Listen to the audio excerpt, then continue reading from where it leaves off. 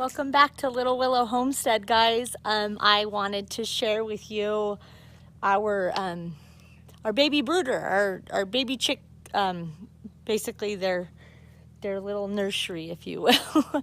I wanted to bring you in there and actually show you our setup. I'll just walk over there while I'm talking to you. So when we originally bought this place, there was one shed. And I'm going to walk by and you're going to see multiple sheds. And these are all coops. These are all different ages of different chickens. But the coop that I'm going to show you, or the brooder, if you will, is actually it was supposed to be for the egg layers, and I decided not to use it for that because it's insulated, and I felt that it would be perfect for brooding babies. So I'm going to bring you in here and show you my setup.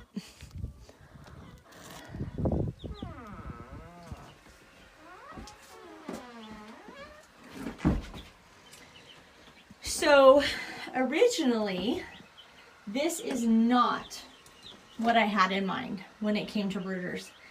I envisioned them being on the floor, and excuse my mess, but it's actually pretty clean in here. It gets pretty messy in here. I envisioned them being on the floor because that's all I had ever used before is brooders that had been on the floor. And my husband said, absolutely not. I'm going to come in front of the camera again. He said, absolutely not. He said, because when you have to go clean these things out, it's going to break your back to have to clean them out. And he was so right. And I'm so glad that he had a different vision than I did. And so we had somebody that built one of the other coops build these for us. Quality wise, it's all right. You get what you pay for. But great man, wonderful man that did this for us. But if we were to do things differently, we would definitely have somebody that has done this before and knew kind of what they were doing. But these things are sturdy. They're not going anywhere. So I'm just going to show you. I'm going to get out of the way of the camera, and I'm going to show you actually our little setup here. So we ended up having to put on the tarp because we started baby so early. This one's empty. So I'll go ahead and just open this up and show you. So we had him build them I believe it's 3 feet off the ground, and then another, I believe it's 3 feet. I wanted them tall because I know babies like to jump, especially when they start to get a little bit older. And then we also had him put a, basically a door, if you will, that latches in between different coops in case I wanted to just do like small batches or whatever. So far, I usually just keep them open because I've kept, let's see, 30 or so birds on each side. And so we had him do the little doors that latch. Oh, I wanted to show you also. Let's see, because I don't have any hanging yet. We went ahead and put hooks up here, and so we could have our feet. We just use chain too, because chain lasts forever, so you don't have to replace it. Yes, it's more expensive, but we have chain for their feeders and their waterers, and we have a bunch of different hooks for different areas depending on how we want to set up their feeders and waterers and whatnot. So we have a door here on this side, and then come back here. We cut this to flip up. So, I was going to tell you about the tarp too. The reason why the tarp is on here is because I had serious pasty butt issues with my babies, my last babies that I had in here. Because of the draft, every time I would open the door, they'd get draft, and it just was not a good situation. So we ended up putting the tarp on. Tarp took care of the problem.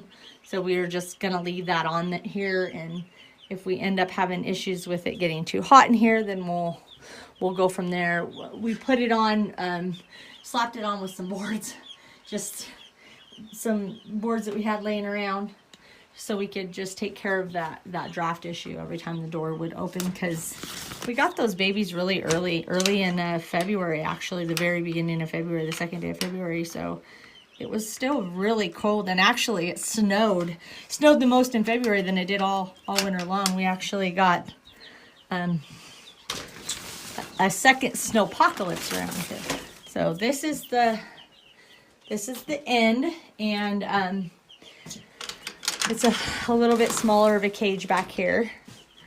I wish I knew the dimensions of this shed. I believe it's, I want to say it's 12 by 6. 12 feet long, 6 feet wide. Don't quote me on that. And then another thing is that we have, you can see up there, my husband put a strip up there. So we literally just have everything plugged in with an extension cord coming out here. We're not running a bunch of heat lamps out here right now. And we actually don't plan on running a bunch more heat lamps, because we really want to steer away from the heat lamps and use the brooder plates if we can. Oh, I wanted to show you this over here. I can't show you with the babies, where the babies are right now, so I'll show you here. Excuse the poop, but that's what you deal with when you're brooding babies. So another thing that we had him do is make something that was removable. So you take this out. I'm not gonna waste good pine shavings, but you take that out and you literally just take, you can either use the board, or I use, if I can find it, this handy dandy little warning sign that we never put up for our Doberman. And I just use this, and I scoop it right into the garbage can. I just use this and just bend it and scoop it, and it literally takes me minutes to clean these cages out. And you can do it as often as you need to, because it's not a big pain in the rear end. Again, I have to give kudos to my husband. Shout out to him. He really came up with such a great idea for raising these birds. And he knew that I would be the one out here most of the time with them. And cleaning these, so he knew that I needed something that wasn't gonna break my back. So I love it. I think it's awesome. He wishes that they were better quality, but I'm actually happy with the way that they are. So I have babies in here right now. I have another video about these babies. These are my first set of meat birds that I've purchased out here. I've actually raised hundreds of meat birds, but it's been a few years. It's been since we lived out in the country at the other house where people didn't like the smell of poop. I have a video about that too, our homesteading journey and what brought us into homesteading. But yeah, so this is where these babies are right now. And like I said, I actually started these guys in one side of the coop just because I wanted them to know where their brooder plate was and how to get up underneath of it and whatnot. But I very quickly, just within a few days, had to open it up and whatnot. And they've only been in here for a few days and they have stunk it up. It's to the point now where I need to clean it. So yeah, I just wanted to share with you guys our setup and show you, in case you were wanting to, raise babies and lots of them, then you can maybe get some ideas from what we have here. We start off with these feeders and waters, but very quickly we'll graduate to the hanging feeders and waters, just simply because birds make a mess and they poop and they pee and they get shavings and everything in their food and their water, and it's a lot easier to clean out the brooder also when you have the food and the water hanging up. So yeah, so this is it. This is our little setup for this, and let me know if you have any questions or comments. Leave them below. I know comments are turned off right now. Oh, I can't get this. Oh, I gotta get this closed. I know comments are turned off right now, So, oh, I wanted to show you how I keep it warm in here. So first of all, getting ahead of myself. First of all, if you haven't seen my other videos, these guys are under what's called the Premier 1 heat plate. Basically, that light just tells you that it's on. They climb up underneath of here, and this plate is hot. I mean, to touch it and keep your hand on it, it's hot. So they just get up in there and stay warm. Right now, I have it set where the front is higher than the back, so they can kind of adjust wherever they want to be, you know, heat-wise. I have a thermometer right here telling me how warm it is in here, and it does say it's about 80 degrees. So, because I do want to know what the ambient temperature is, because they'll be more apt to want to come out and eat and drink and run around and do their thing out here if it's warmer. So, I like to know what the temperature is, and it does fluctuate. The temperature in here does fluctuate. Yes, it is insulated, but it's still cold. It's still March here in Idaho, and so we still have cold nights. And so during the day, it stays fairly nice, within 75, 80 degrees, but at night it gets down closer to 60. And these guys are so funny. They do this whenever I'm right here. They just huddle in this corner.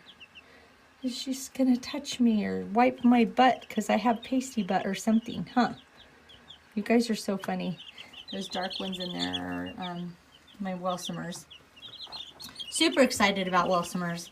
They, if you can't afford to raise, or I should say buy, the black copper Morans because of the cost to buy one of those birds, I would say get some Welsumers. Their eggs are not quite as dark, but they are dark and they are speckled.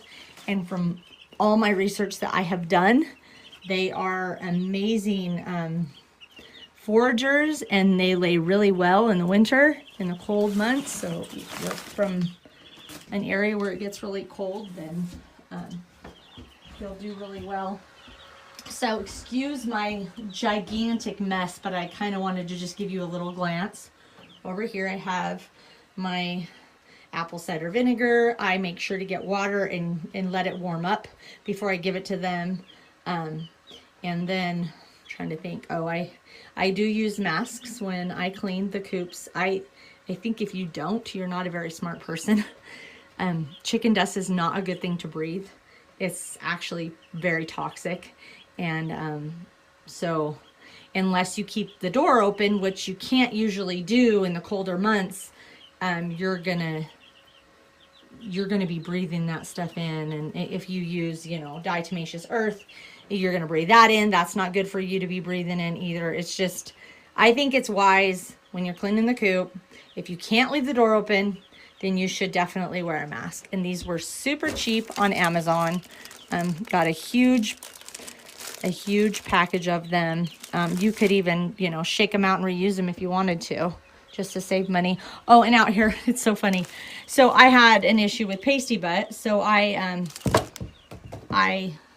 brought the bottle warmer. I ended up buying my baby a new one, my toddler a new one, and then we just, we're going to be using this. I haven't had but one issue with pasty butt, and I didn't end up warming up water to clean it off. It was fairly simple for me to just clean with a tiny bit of room temperature water and some coconut oil. So anyways, so this is my area over here, but I also wanted to show you, I have another thermometer right here. I keep thermometers all over. I have another one up there. I really want to keep, I want to know what the temperature is in my brooder. I think it's really important. If you don't, then you're going to have issues. You're going to have, you know, you're going to have birds that don't want to come out. They don't want to eat if it's too cold. So, and you want to know if it's too hot. This is my little heater that I am using right now. This is a little ceramic heater. We bought it at Walmart, and it says, if you can see it on there, 90 degrees. It hasn't kept it 90 degrees in here. Obviously, it's not like super accurate, but it does run a lot, and it does fairly well within about 5 degrees. I'd say it runs usually 5 to 10 degrees lower, so you have to keep it, you know, keep it going really good for those that first week or so. But that's my way that I keep it warm in here. We've got a light up here, or not a light, sorry, a window up here, and then we've got another window up there. So natural light comes in, and then we've just got a light that's hanging up here. So the floor is linoleum, super easy. All I do is clear everything out of the way, sweep, sweep, sweep, move this nasty mat, and sweep everything out the door, and it's super, super easy. So thank you so much for watching this video. If you have any questions, please leave them in the comments below. Like this video if you liked it, and subscribe and share with your friends that are interested in raising chickens and homesteading and, you know, brooding babies and all that good stuff. I will have more videos coming at you. Thank you from Little Willow Homestead. Bye.